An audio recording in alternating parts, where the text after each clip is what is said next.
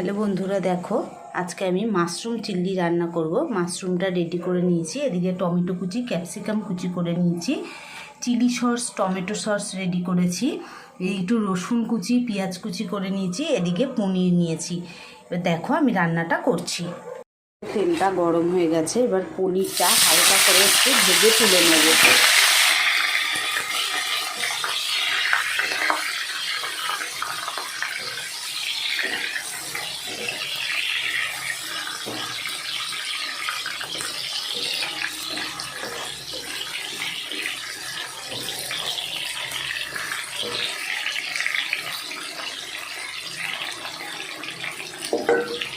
পনিরটা এবার তুলে নিচ্ছি, কারণ পনির বেশি ভাজলে শক্ত হয়ে যায়। তেলের মধ্যে এবার মাশরুমগুলোকে দিয়ে দিচ্ছি।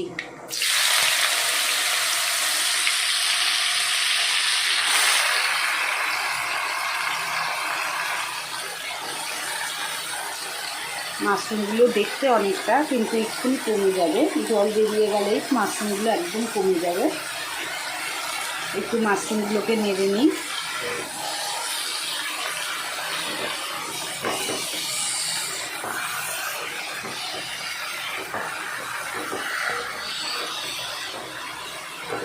মাশরুমগুলো একটু চাপা দিয়ে দিচ্ছি। গুলো একদম নরম হয়ে গেছে, এবার আমি মাশরুমগুলোকে তুলে নেব, জল শুদ্ধ তুলে নেব। দেখো মাশরুমগুলো নামিয়ে নিয়েছি, আবার তেল দিয়েছি, সাদা তেল। তেলটা গরম হয়ে গেছে, এবারে পেঁয়াজ কুচি আর রসুন কুচিগুলো দিয়ে দিলাম।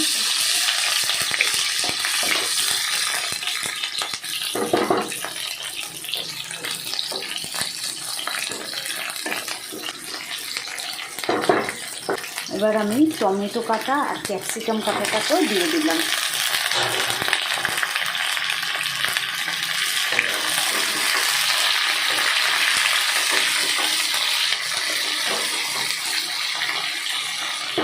একটু চাপা দিয়ে দিচ্ছি, একটু নরম হয়ে যাক।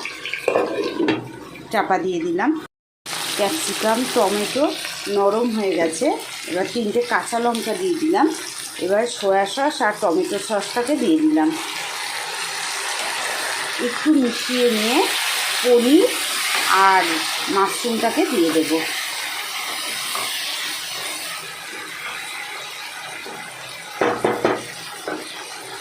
এবার আমি পনিরটাকে দিয়ে দিচ্ছি।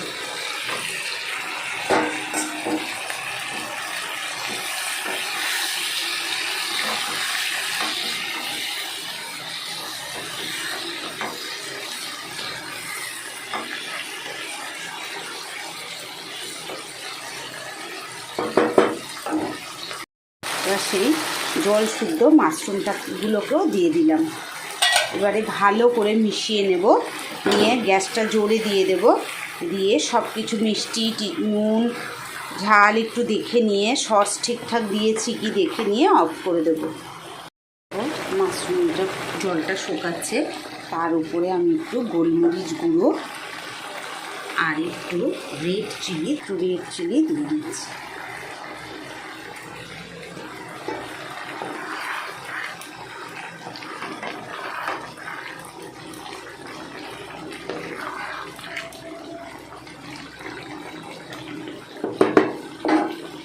মাশরুম চিলি একদম পুরোপুরি রেডি হয়ে গেছে, এবার আমি গ্যাসটা অফ করে দিলাম।